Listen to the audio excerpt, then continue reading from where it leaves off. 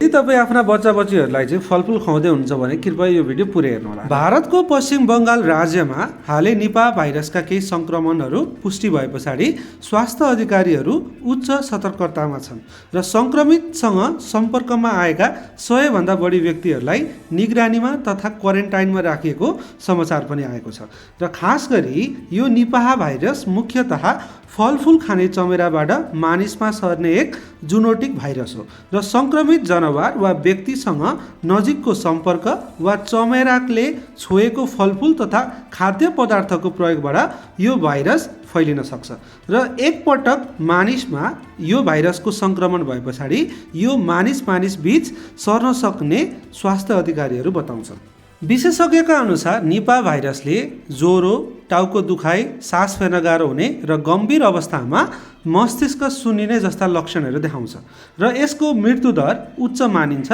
र हालसम्म यसको लागि प्रभावकारी खोप वा निश्चित उपचार उपलब्ध छैन र यसको उपचार मुख्यतः लक्षण नियन्त्रण र सहायक सेवामा मात्र सीमित छ